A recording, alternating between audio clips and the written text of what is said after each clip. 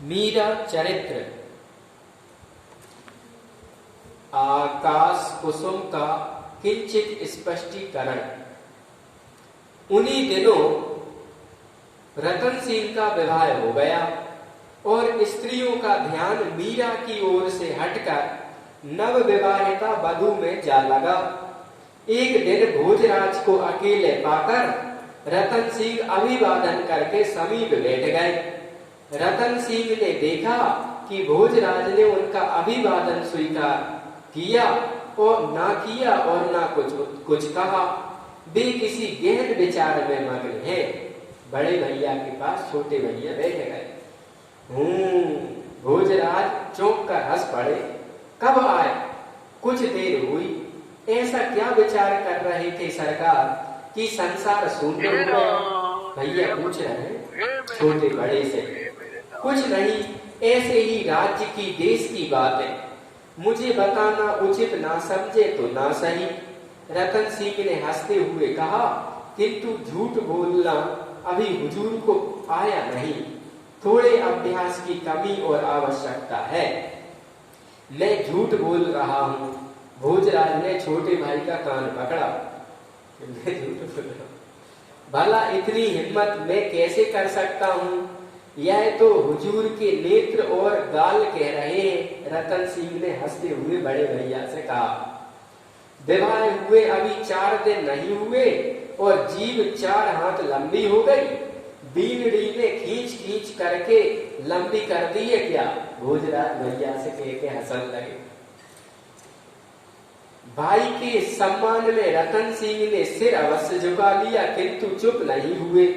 थोड़े संकोच के साथ बोले, यही तो मैं सोच रहा हूँ हुकुम, कि भाभी सा हुकुम ने बाबजी हुकुम की जीभ पर ताले क्यों जड़ दिए? मीरा ने ए बेशर्म, लगाऊं 2 एक। भोजराज ने उसकी पीठ पर थाप मारी। देखो तो इन कुंवर सा को, साली को छोड़कर सासू से मस्खरी करने बैठे। बड़े भैया कह रहे, अरे बाप रे, बाबजी हुकुम। रतन सिंह ने पीठ संभालते हुए कहा, रीढ़ की एक आध गांठ जरूर बिखर गई है मेरी। भैया ने पीठ सहलाते हुए कहा कि मेरी हड्डी में चोट आ गई होगी। इतनी जोर से मारा सरकार ने, एक बार देखा तो होता ठीक से कि दुश्मन है कि भाई। छोटा भैया कह रहा, रहने दो ये नखरे, खूब समझता हूं मैं। याद है बचपन में व्यायाम के समय ऊपर से कूदने को कहा था बाजी सा दादी ने, तो तुम्हारा पेट दुखने लगा था। अखाड़े में कभी माथा दुखता, कभी भूख लग जाती। शुरू से ही तुम कच्चे हो। बड़े भैया कह रहे हैं भोजराज। कुछ समय बाद तो बाजी सा ने तुम्हारे खाने का प्रबंध अखाड़े में कर दिया था। घर के लोग समझते हैं कि वीर पुत्र क्षत्रियों के वे बहाने करके भगे इतने होते। तो दादी ने कही कि भाई खा, भाई लड़, भाई अभ्यास कर, योगा कर। जैसे ही तुम्हारे मुख से भूख की बात निकलती, वे ना जाने कब की सूखी रोटियां निकाल लाते और कहते कि लो बाबजी आरोग। तुम कहते कि इनको कैसे खाऊं, वे कहते कि रोते हुए आरोगे रात। भोजराज की बातों पर दोनों भाई ठठा कर हंस पड़े।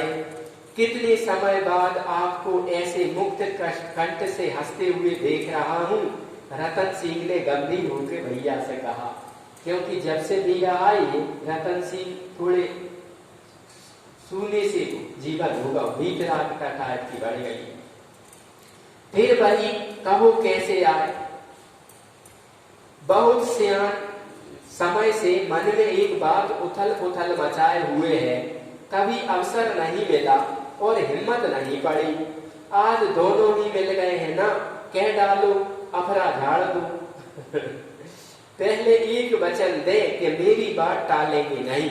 छोटे भैया कह रहे, पता नहीं लोगों को क्या हो गया है कि सब मुझको वचन में बांधने को आतुर रहते हैं।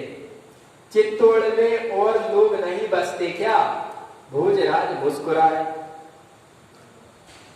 बसते हैं, पर ये नीलकंठ के अवतार भोजराज नहीं है, कहकर रतन सिंह चुप हो गए। अब तुम कहां से विष जुटा लाए हो? दे दो, पीकर देखता हूं कि सचमुच नीलकंठ अवतार हूं या नहीं हूं। क्या भाइयों में बातें होती, ऐसा प्रेम आज का देखने नहीं मिलता। दोनों भैया साथ बैठे बचपन की बातें हंस रहे। मेरी बात टालोगे तो नहीं? उफ, फिर मार खाओगे हो। अरे टालने को क्या, एक तुम ही तो बचे हो, बहुत लोग भरे पड़े हैं ऐसे। बोलो अब।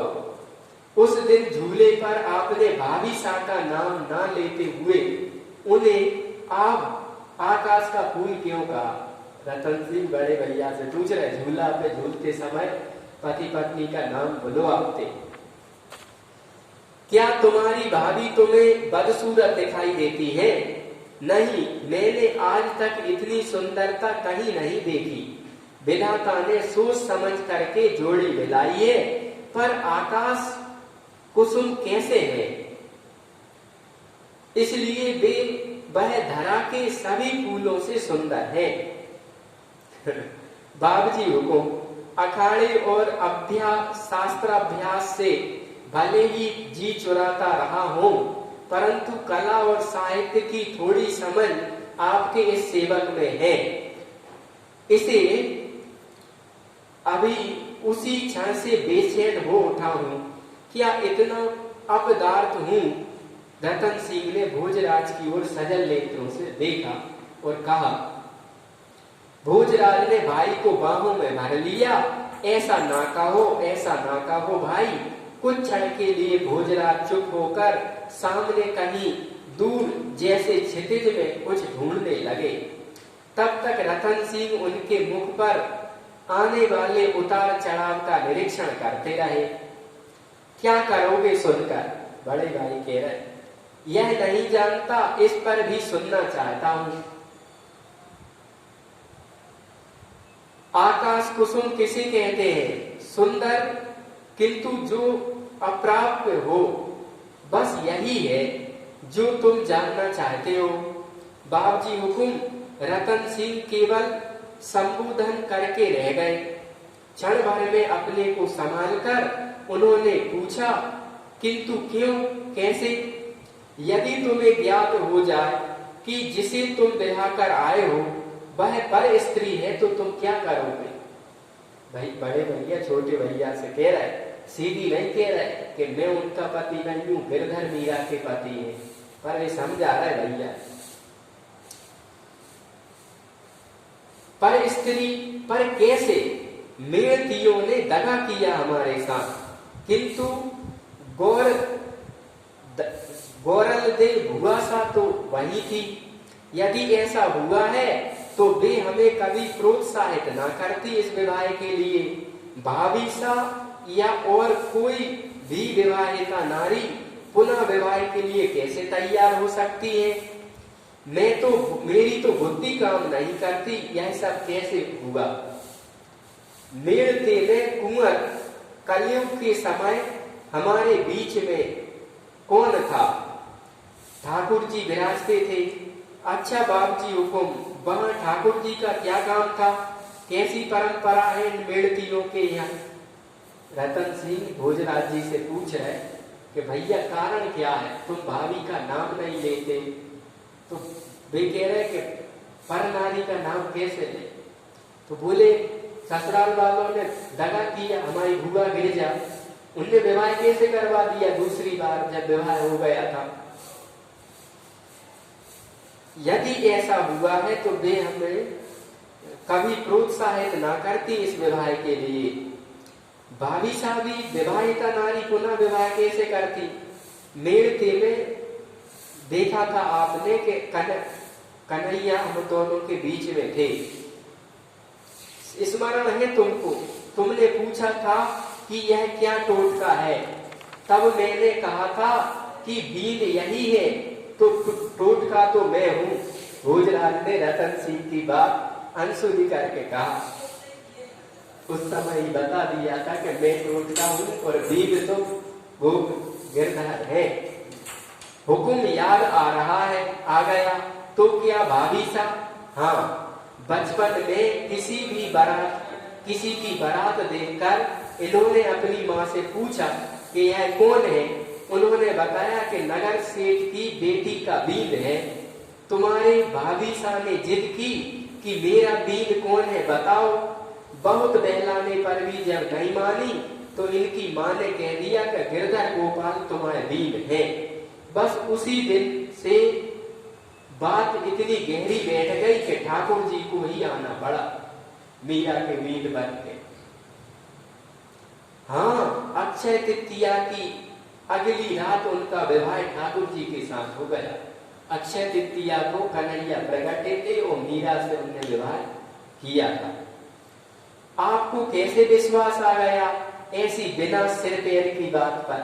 छोटे भैया पूछ रहे। यहाँ से गया पड़ला जयों का तयु रखा है। द्वारिका के वस्त्राभूषण इतने मूल्यवान है कि अनुमान लगाना कठिन है। मैंने दोनों आंखों से देखे हैं। अभी तीज की रात भी ठाकुर जी पधारे थे। भोजराज रतन सिंह से कह रहे हैं कि मैंने खुद देखे, भगवान आए थे, उनने मीरा को वस्त्र और आभूषण दिए जो अपने वस्त्र आभूषण नहीं लग सकते उनके आगे। आपने देखा उनको? नहीं, किंतु जो कुछ हुआ उससे ज्ञात हो रहा है कि वहां तीसरा कोई और भी है। तब भी कौन सी कठिनाई आ पड़ी? मेद पाठ के युवराज को भाभी सा जैसी अनिंद्य सुंदरी ना सही, उनसे कुछ न्यून तो मिल ही सकती है। देर तक सोचने के बाद रतन सिंह ने कहा। भोजराज चुप ही रहे। बाबूजी हुकुम। कुछ देर बाद रतन सिंह ने उन्हें सचेत किया। हाँ, मैंने कुछ निवेदन किया था। रतन सिंह और भोजराज की आयु में 1-2 वर्ष का ही अंतर था, किंतु छोटे होने के कारण वे स्वेच्छा से बड़े भाई के प्रति परंपरागत सम्मान बनाए रखने के लिए बातचीत में उठ बैठ में पर्याप्त अंतर रखते थे। माने भैया का बहुत सम्मान करते थे, मर्यादा कि अपना समाधान भी हो जाए और बड़े भाई का सम्मान भी कम ना हो। रतन सिंह ध्यान रखते थे। एक बात पूछूं? भोजराज बोल पड़े। आदेश दीजिए। छोटे भैया से कह रहे। तुम्हारे साहित्य में मन में विषय में कुछ कहा गया है, वह क्या है, कैसा है, उसकी शक्ति सीमा आदि? भोजराज ने वाक्य अधूरा छोड़कर भाई की ओर देखा। मैं समझ रहा हूं सरकार की बात। रतन सिंह मुस्कुराए। मन कैसा भी हो और कितना भी शक्तिशाली हो, पर वह है अपना ही, किसी से उधार लिया हुआ नहीं कि यदि बिगड़ जाए तो उसके स्वामी को क्या उत्तर देंगे। सच कहते हो, किंतु यदि वह हो ही नहीं अपने पास तो कैसे बिगड़ा या सुधरा? माने मीरा भोजराज का मन हर लिया है भगवान ने मीरा की भक्ति में। ऐसा कैसे हो सकता है? रतन सिंह ने प्रश्न किया। अभी तुम बालक हो, राज ज्योतिषी के पास चले जाओ, आयु का निर्णय करा ले। रतन सिंह मुस्कुराए बड़े भैया की बात सुन के। आयु से इसका क्या संबंध है? तब फिर कैसे ज्ञान हो, यह तो मैं भी नहीं जानता। मन का ठोर ठिकाना तो जानते हैं, हाँ, किंतु उससे लाभ क्या? खींच लाएंगे वहां से। रतन सिंह ने कहा, तुम अपने भाई को निर्बल समझते हो, यह तो कोई भी नहीं कह सकता, किंतु कुछ तो समाधान निकल पड़ेगा। माने तुम अपने माने खींच लाओ और दूसरों विवाह कर लो भैया। रतन सिंह ये कह चाहता है। क्यों? ऐसे ही चले तो क्या हानि है? व्यर्थ चिंता छोड़ो। मनुष्य जो कुछ भाग्य में लिखवा कर लाता है वही देता और पाता है। कौन है वे महाभाग जो सरकार के मन के आश्रय बने हैं? क्या करेंगे जानकर श्री चरणों में उपस्थित करके अनुकूल करने का प्रयत्न करूंगा। असंभव, यह मैं नहीं जानता। तुम क्या, इसे तो एक लिंग नाथ को भी मानना पड़ेगा। भोजराज का स्वर भारी हो गया। वे कह रहे तो मन एक खींच लाओ। नहीं, मैं खिंचवाऊं, मैं जाके निवेदन करूं, कौन ने तुम्हारा मन चुरा लिया? बाबजी हुकुम। रतन सिंह रुधिर हुए गले से केवल संबोधन करके रह गए। उनकी आंखें भर आई। उन्होंने पूछा, कोई आशा नहीं? उत्तर में भोजराज ने सिर हिला दिया। रतन सिंह घुटनों में सिर दे सिसक पड़े। कुछ मोती भोजराज की नयन सुक्तियों से भी झरे। रतन सिंह के केसों में उलझ कर रह गए। शीघ्र ही भोजराज ने अपने को संभाल लिया। भैया रो रहा है छोटा कि आपका जीवन जवानी ऐसे ही निकली जा रही, भैया दूसरा विवाह नहीं करता है। तो छोटा भैया रोने लगा क्योंकि उसका विवाह हो गया। वो भैया ऐसे ही दिखते थे, रूखे से फीके से।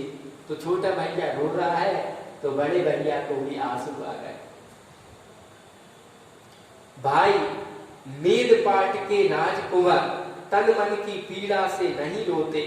रतन सिंह की आंखों में देखकर वे मुस्कुराए। इनके लिए तो मन का होना ही अशुभ है। हमें केवल बुद्धि की आवश्यकता होती है। हम प्रजा धर्म देश कर्तव्य की संपत्ति है। हम अपने लिए नहीं जीते मरते, इन्हीं के लिए हमारा जीवन धरोहर और मृत्यु मंगल महोत्सव होती है। यह दुर्बलता हमें शोभा नहीं देती। उठो चले। एक बात का ध्यान रखो कि आज की बातचीत यहीं गाड़ देना, इतनी गहरी के कभी ऊपर न आ पाए। मैंने कर दी छोटे भैया से कि जाकी चर्चा कहीं मत करना। सच्चिदानंद भगवान की जय।